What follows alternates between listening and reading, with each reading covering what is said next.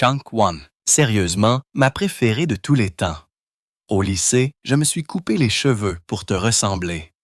Aaron Napier est une designer, entrepreneuse et la moitié du couple vedette de HGTV, Hometown. Aux côtés de son mari, Ben, il restaure de vieilles maisons à Laurel, dans le Mississippi, donnant une nouvelle vie à des espaces oubliés. Aaron a grandi dans une ferme de poulets de 40 acres près de Laurel. La vie dans une petite ville est donc ancrée dans ses racines. Ben est un menuisier et artisan qualifié, apportant force et art à leur projet. Ensemble, ils sont copropriétaires de Laurel Mercantile Co., un magasin vendant des produits fabriqués aux États-Unis. Pour les fans, ils symbolisent des valeurs saines, l'artisanat, la communauté et le fait de bien faire les choses. Mais y a-t-il des fissures sous cette image parfaite? Découvrons-le. Premiers éloges et images. Lorsque Hometown a commencé, Aaron et Ben ont été félicités pour avoir ramené l'authenticité à la télévision de rénovation. Leur histoire d'une fille ouaille du coin revenant pour renouveler sa propre ville a trouvé un écho auprès des gens. Leurs valeurs semblaient également sincères et de nombreux téléspectateurs les ont adoptées. Ils projettent une image de famille, de communauté et d'artisanat. Chaque fois que quelqu'un les regardait, il voyait un couple aimant travaillant côte à côte, s'occupant de vraies maisons et honorant le patrimoine local.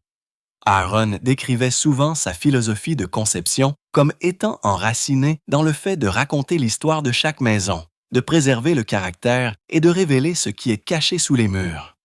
Pendant ce temps, Ben était en charge de la menuiserie, de la structure et de la réalisation des conceptions.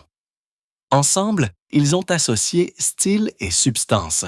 Leur image publique mettait l'accent sur l'humilité, le travail manuel et le respect du lieu.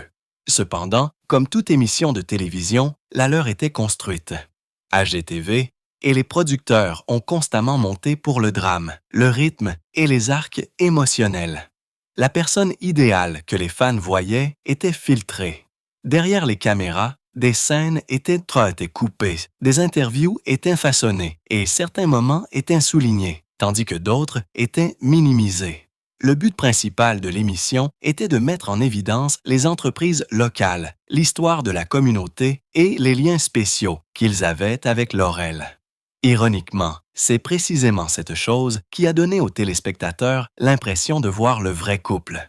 En raison de l'amour du public pour ce qu'il faisait, ce couple a commencé à avoir beaucoup de pouvoir.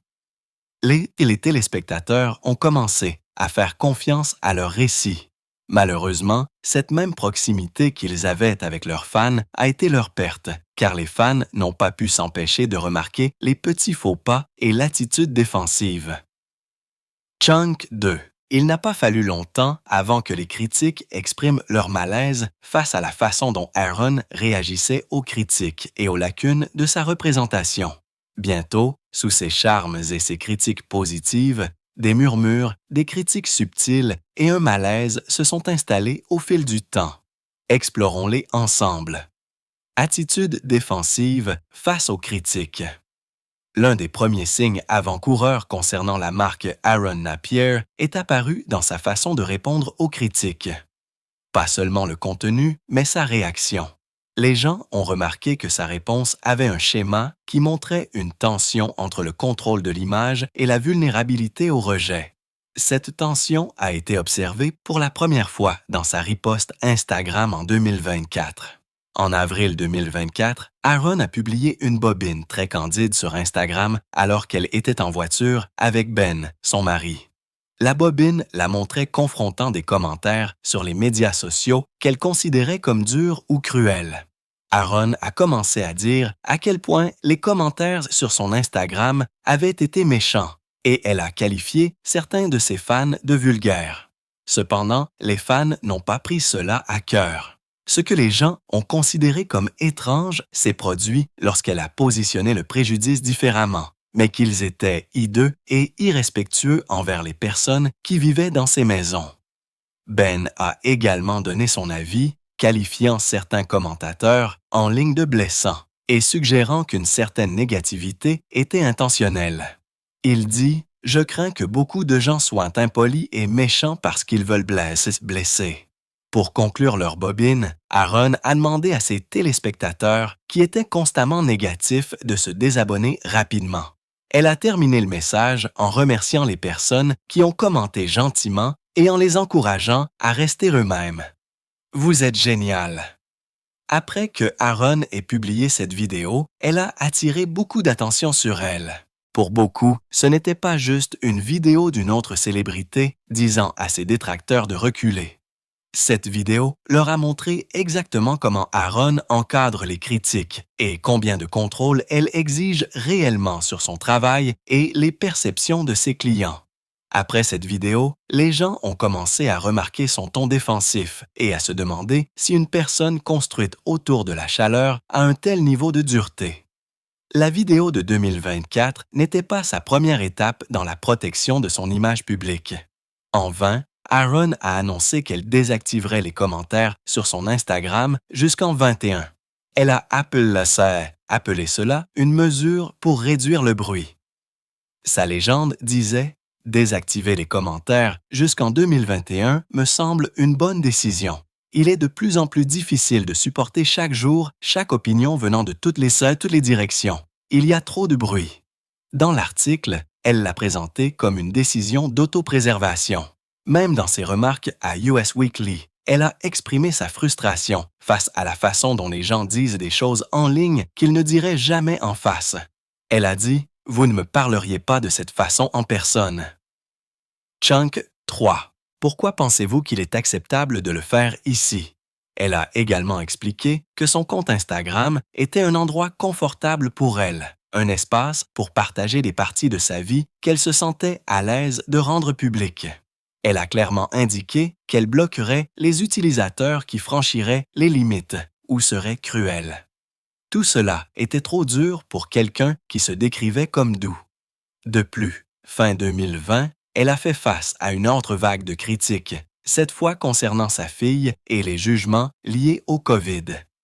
Elle a supprimé une publication de sa fille après l'apparition de commentaires cruels. À ce moment-là, elle a expliqué comment le public traitait parfois durement sa famille et a insisté sur le fait que certaines voix n'étaient pas les bienvenues sur son compte. Cela a amené les gens à poser des questions telles que si une célébrité ne peut pas tolérer un certain rejet. Au lieu d'ouvrir des dialogues ou même de permettre des conversations difficiles, elle était sorne. Elle était toujours trop prompte à faire taire les gens et à les réorienter. Pour une célébrité dont l'identité publique reposait fortement sur la chaleur, la communauté et la sensibilité. Les gens détestaient. Que ses réactions soient toujours vives et protectrices lorsque les critiques venaient de ses fans et des gens. Cela a conduit à des questions telles que « Dans quelle mesure quelqu'un peut-il être ouvert s'il est prompt à tracer des limites autour des commentaires acceptables ?» C'était le premier signe d'avertissement que le monde nous a donné à propos d'Aaron.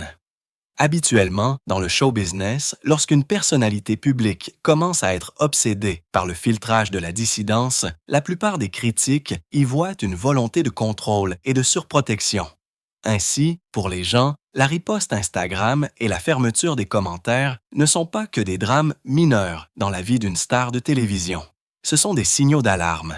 Des moments où l'attitude d'Aaron face aux critiques révèle une tension plus profonde entre son identité publique saine et la façon dont elle gère la chaleur lorsque les gens la repoussent.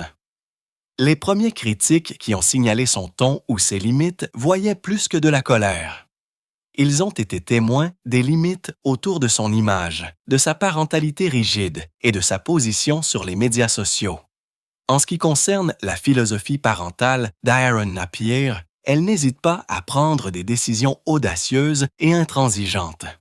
En conséquence, son approche de la technologie dans la vie de ses enfants, qui s'accompagnait de limites strictes et de déclarations publiques, a commencé à ressembler moins à une préférence personnelle qu'à un manifeste. Mais lorsque la rigidité devient le titre, cela envoie des signaux d'alarme.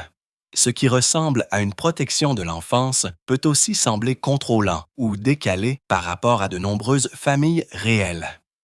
L'un des faits les plus surprenants qui a fait surface et Karen a ouvertement admis avoir retiré sa fille Ellen de la première année les jours où l'école utilisait des tablettes ou des instructions numériques.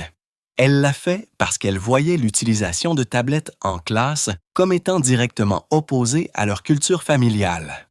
Dans une story Instagram de septembre 2024, Aaron a expliqué que son école avait accepté la demande et leur avait permis de venir chercher la jeune fille plus tôt les jours où l'école voulait s'adonner à l'éducation numérique. Ce n'était pas une chose ponctuelle.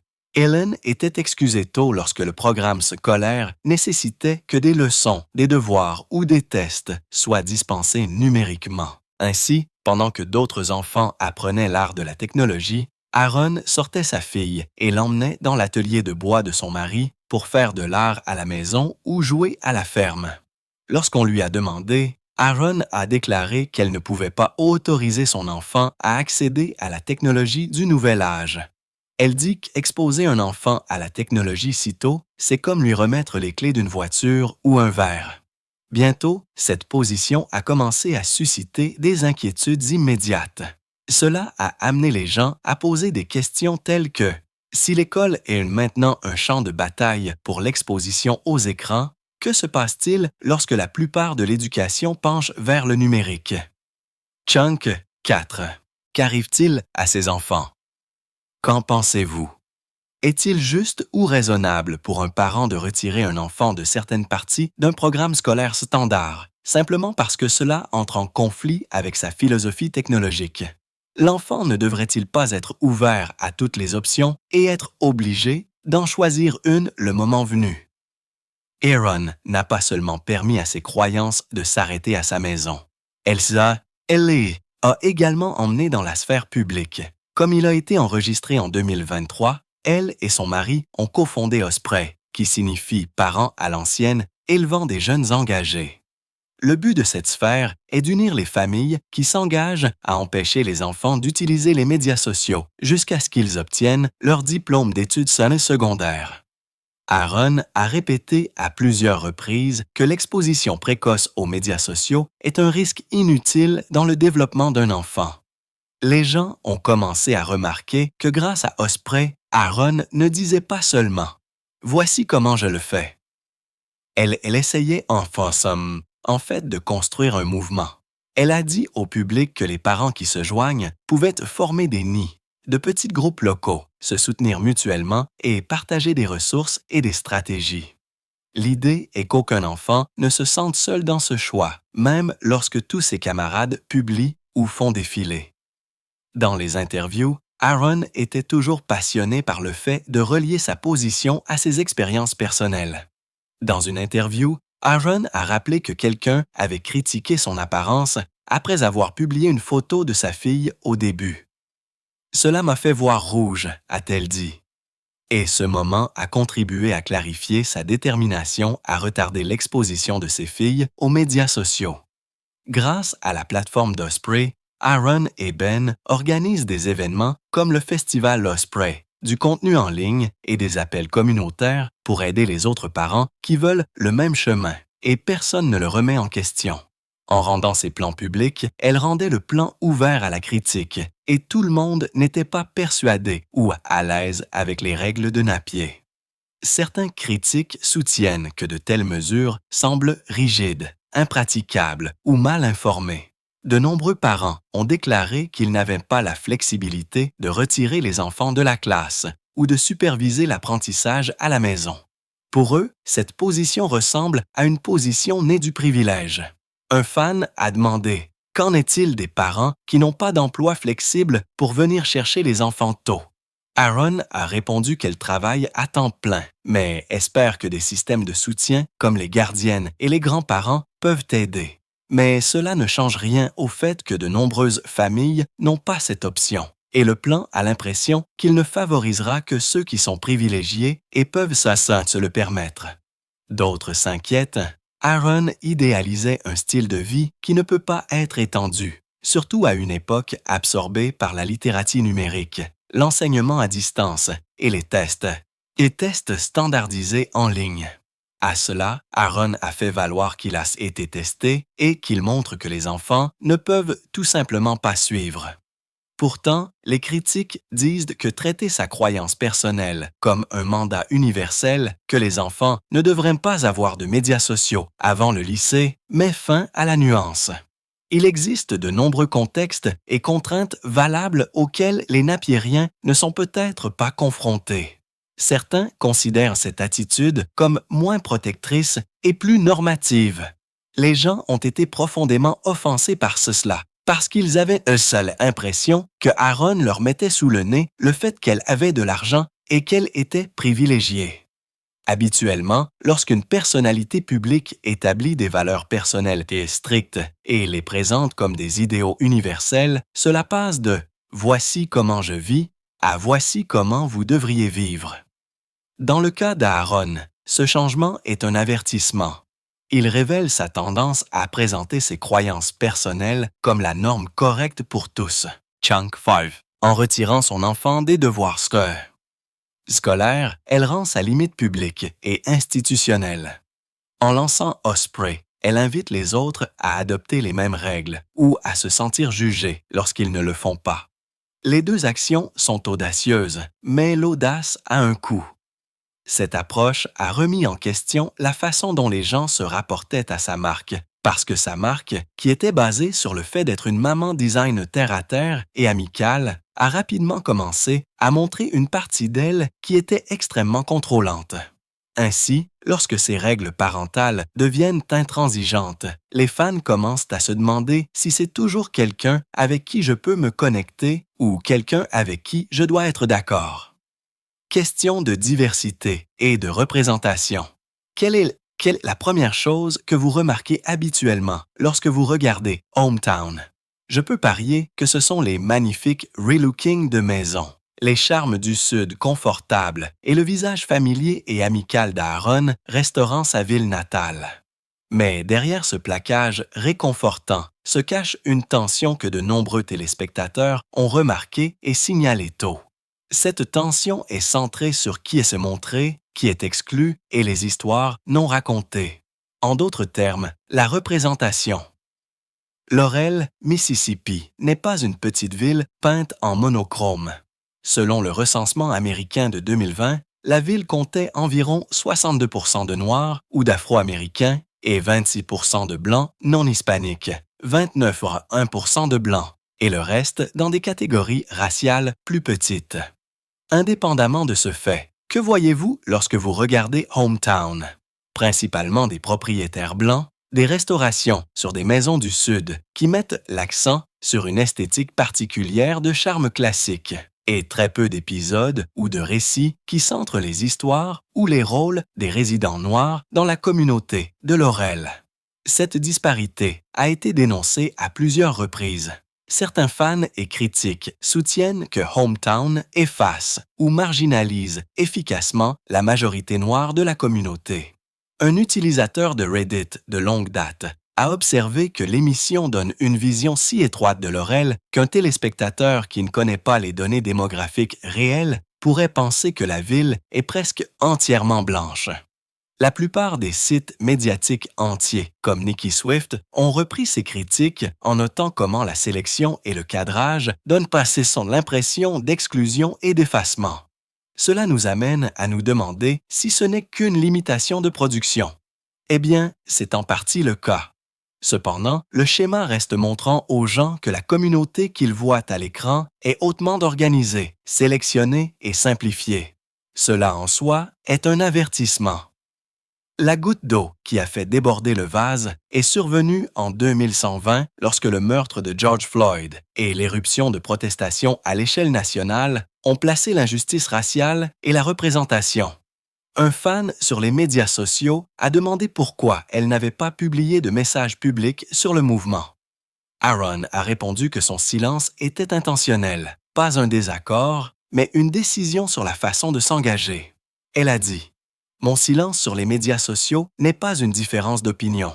Prendre une position plus importante réside dans les petites opportunités que nous rencontrons quotidiennement.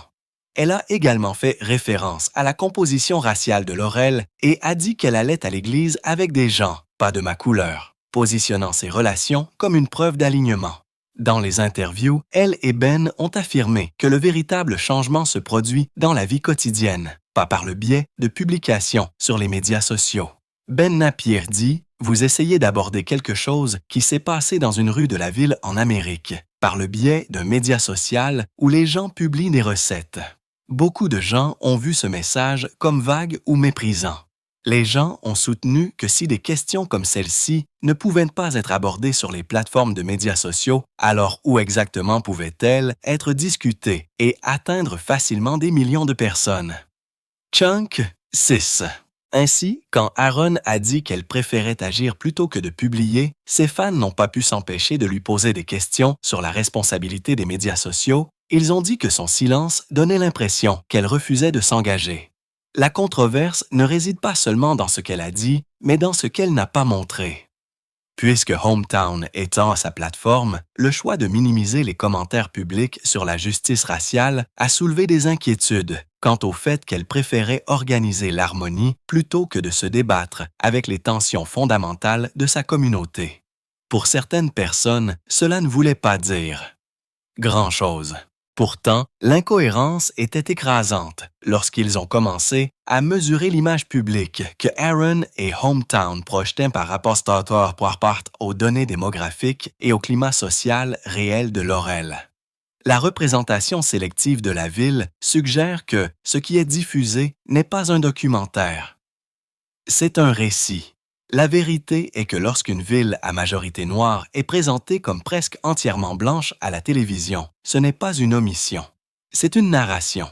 Cela laisse entrevoir un contrôle d'accès aux histoires qui méritent d'être diffusées et à celles qui ne le méritent pas, ne méritent pas. De plus, représenter une communauté tout en excluant de grandes parties est une sorte de contrôle narratif. Les avertissements ici sont subtils mais profonds. Si votre marque est basée sur le fait d'être ancrée dans la vie locale et que vous sous-représentez systématiquement certaines voix, votre vie locale devient sélective. Enfin, les premiers critiques qui ont signalé la blancheur de l'émission ou le silence public d'Aaron n'étaient pas seulement hypercritiques. Ils ont pointé du doigt des lacunes plus profondes dans les fondations de la marque. Le contraste entre ce qu'est Laurel et ce que Hometown montre révèle les limites du contrôle, de l'organisation et de l'image. Si elles ne sont pas contrôlées, ces limites peuvent se transformer en problèmes de crédibilité, d'authenticité et de confiance, des schémas qui émergent. Lorsque nous prenons du recul et que nous examinons tous ces signaux d'alarme de son attitude défensive face aux critiques à sa parentalité rigide et à sa représentation sélective, un schéma évident émerge. Ces avertissements récurrents étaient destinés à nous en dire plus sur la personnalité publique d'Aaron Napier. Son attitude défensive et son besoin persistant de regrouper les gens comme étant impolis et de supprimer les commentaires n'étaient pas qu'une réponse. C'était en fait sa façon de définir et de tracer différentes limites. De plus, Aaron ne se contentait pas de vivre en ayant des règles privées. Elle les étendait surtout au domaine public et encadrait ses valeurs comme les lignes directrices que tous devraient suivre. Elle ne s'est pas contentée de s'assurer que son enfant restait loin de la technologie. Elle voulait imposer le même mode de vie aux autres enfants. Ce n'est peut-être pas faux. Pourtant, quand quelqu'un utilise sa plateforme pour promouvoir son style de vie personnel comme normatif, cela ouvre la porte à l'attention, parce que ce qui semble protecteur et normal pour elle peut en fait sembler autoritaire pour ceux qui ont des contraintes ou des expériences différentes. De plus, la narration sélective est un fil conducteur qui traverse Hometown. L'émission se présente comme enracinée dans la relance communautaire et la vie locale, mais les histoires qu'elle raconte et omet penchent vers une tranche étroite de cette communauté. Laurel, Mississippi est à majorité noire, mais l'émission centre rarement les propriétaires ou les voix noires. Chunk 7. Cette omission n'est pas simplement une négligence. Elle fait partie de la façon dont le récit est façonné. La communauté que nous voyons est organisée, pas complète. Tous ces avertissements que nous avons reçus ont conduit les gens à se demander combien de contrôle une personnalité publique peut maintenir avant que le moi organisé ne devienne un masque. Ces schémas laissent entrevoir quelque chose de plus profond. Les contrastes et les pressions s'accumulent aux coutures lorsqu'une image est fermement maintenue. Les critiques ne réagissent pas seulement à ce que Aaron fait, ils réagissent à la façon dont elle contient ce qu'elle laisse passer. L'avertissement est clair. Si la personnalité est trop impeccable, il y a probablement quelque chose qui est supprimé. Et si les fans voient des indices de cette suppression à travers la police du ton, des règles rigides ou des voix silencieuses, ils cessent de voir un rénovateur de maison sain et commencent à voir quelqu'un qui modifie soigneusement ce que vous êtes autorisé à voir. Contre-arguments et défense. Aaron et ses défenseurs ont des réponses, et beaucoup d'entre elles touchent à des contraintes légitimes dans la tension et aux défis de la vie publique. Elle a expliqué que les budgets forçaient des décisions difficiles. Cet auvent, a-t-elle dit, leur a permis de préserver la menuiserie intérieure et les garnitures qui seraient autrement coupées. Dans un autre cas, elle a défendu le placement d'une cuisinière sous une fenêtre en disant qu'elle est plus facile à nettoyer et pas très différente des autres stratégies de conception de cuisine. Ces réponses suggèrent qu'elle est consciente que tous les idéaux ne sont pas réalisables dans toutes les situations et que les compromis font partie du travail de conception. Aaron présente sa position comme protectrice, pas normative, sur les fronts de la parentalité et de la technologie. Elle parle d'expérience en retirant son enfant des cours avec des tablettes et en fondant Osprey pour protéger les enfants des pièges des premiers médias sociaux. Les partisans pourraient voir cela comme une conviction, pas une coercition. Cependant, dans un monde rempli d'appareils, choisir la retenue n'est pas rigide, mais une sage décision. En ce qui concerne la publication sur la justice raciale, le couple a souligné que le silence des médias sociaux ne signifie pas nécessairement le silence moral. Ainsi, au lieu de publier du contenu performatif, ils soutiennent que la meilleure chose à faire est de marcher dans l'empathie dans notre vie quotidienne. Dans les interviews, ils ont dit que leur objectif est la vie réelle, pas l'alimentation de l'algorithme.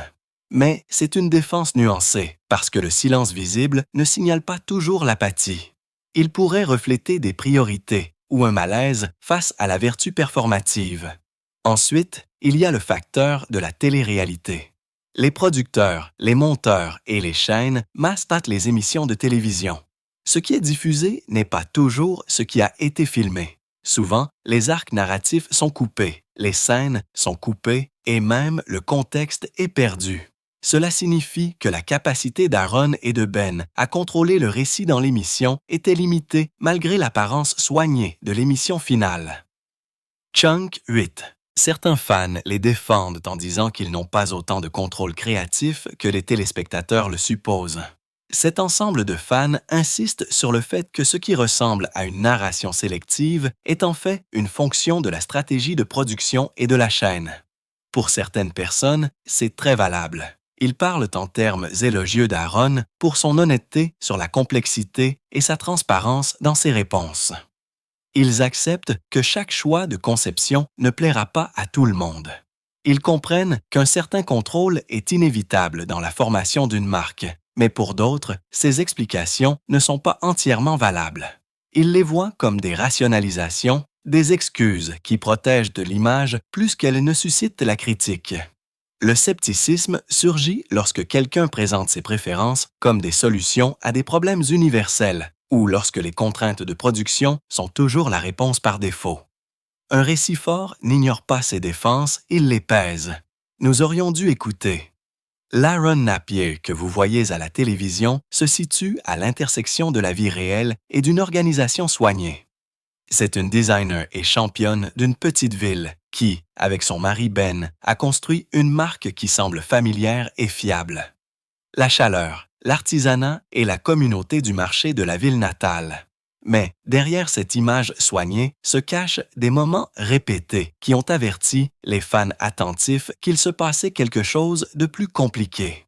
Ces avertissements ne sont pas venus sous forme de scandales sauvages, mais de schémas, d'attitudes défensives rapides, de règles personnelles fermes devenues publiques et d'une saine histoire de Laurel qui exclut une grande partie de la composition de la ville. Ces premiers signaux importaient. Examinons la façon dont elle gère le rejet. En 2024, Aaron a dénoncé les commentaires vraiment impolis sur les maisons de Hometown Takeover, demandant aux critiques de cesser d'être laids envers les propriétaires et disant même aux personnes qui persistent de se désabonner. Cela faisait écho à un choix antérieur en 2020, lorsqu'elle a désactivé les commentaires Instagram pour atténuer la négativité en ligne et protéger l'espace de sa famille en ligne. Ce n'étaient pas des réactions émotionnelles ponctuelles.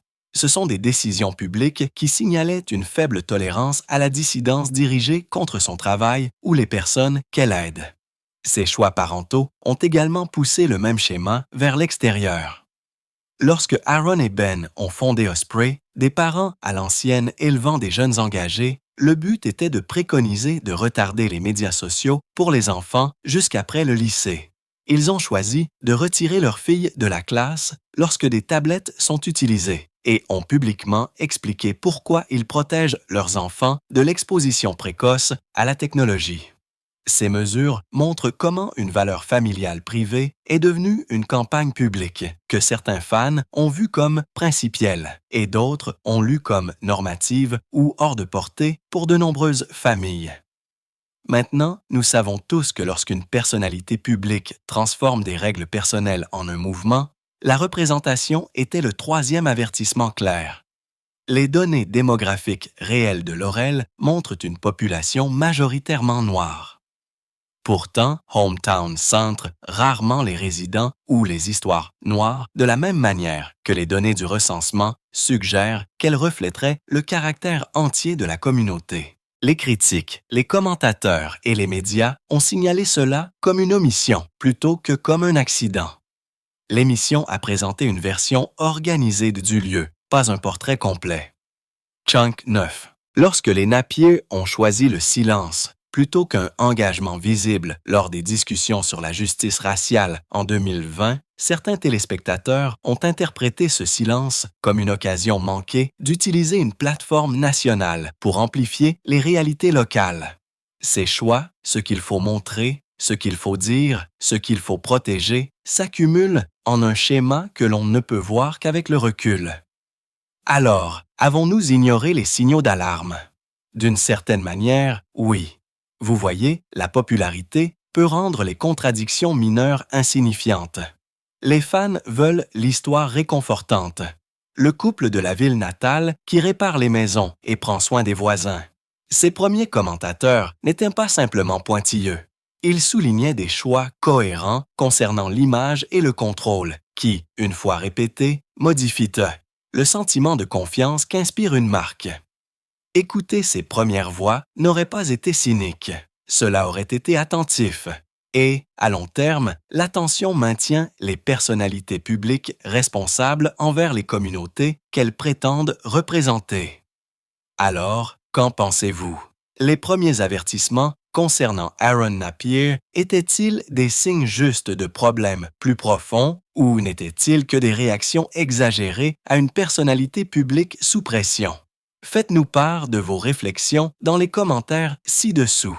Et si vous avez aimé cette vidéo, n'oubliez pas d'aimer, de partager et de vous abonner pour plus d'histoires comme celle-ci. Merci d'avoir regardé.